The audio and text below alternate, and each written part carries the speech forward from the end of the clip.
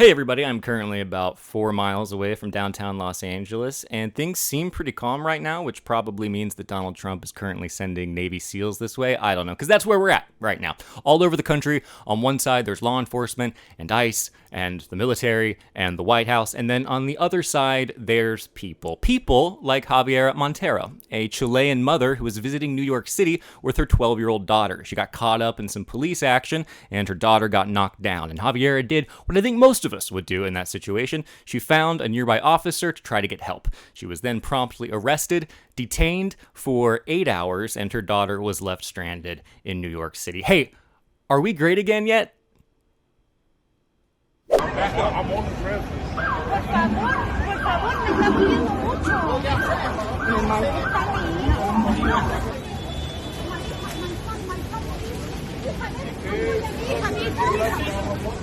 No, my son, please.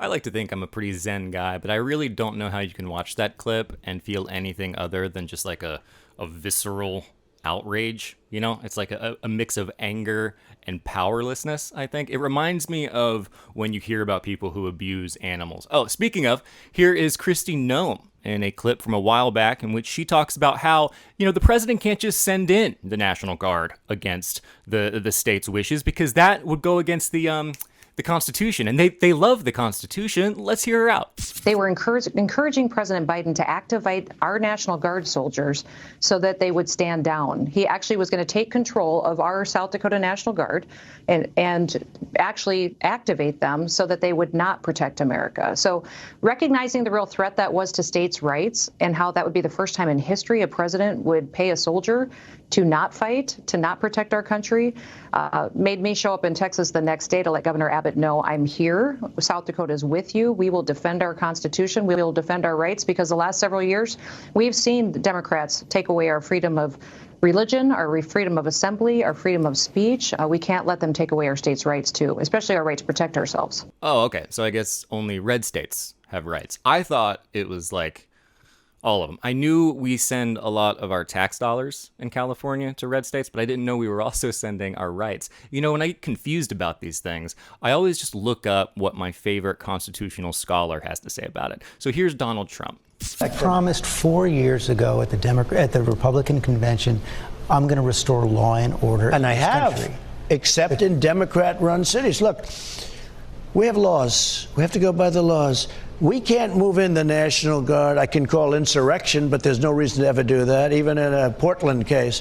We can't call in the National Guard unless we're requested by a governor. Okay, yeah, we have laws, and you can't just break those laws. You can't just utilize the power of the military to invade a state that maybe you don't like for political reasons. That's a very, very smart point, Mr. Trump. Now, consider the clip you just watched with this next clip where Donald Trump talks about the importance of listening to and respecting Governor Gavin Newsom. Oh, wait, nope, sorry. He talks about arresting Governor Gavin Newsom. He's talking about arresting a governor. It's a president of a country the United States who's going to arrest.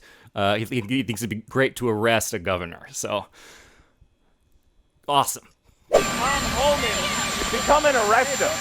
Should he do it? I would do it if I was Tom. I think it's great. Gavin likes the publicity, but I think it would be a great thing. He's done a terrible job. Look,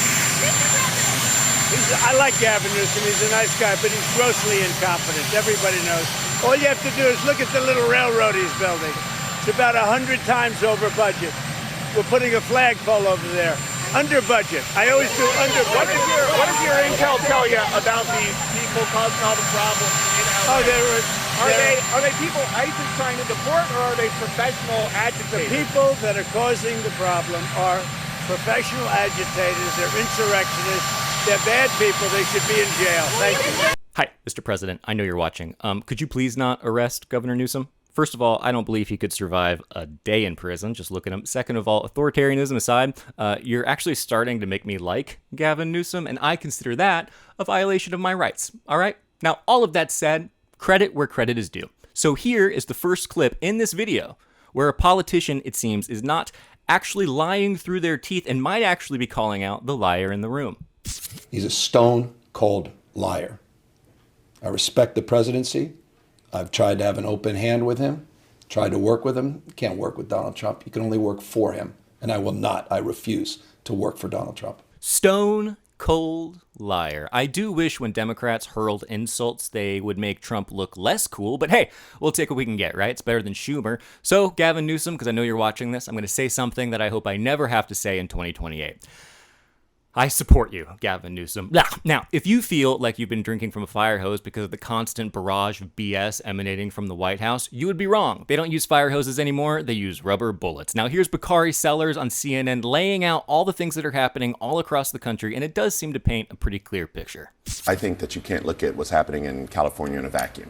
This behavior by the President of the United States, this move towards authoritarianism, you have to look at it and the attacks on journalism, the attacks on law firms, the attacks on judges throughout the country, the attacks on higher education. None of these things are happening in a vacuum. And if you look at it in the totality, you see that we're drifting towards authoritarianism.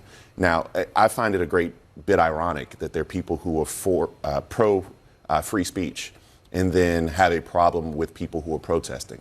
No one around this panel, no Democrat in the country, I will not sit here and say that violence is okay or violence against law enforcement is okay.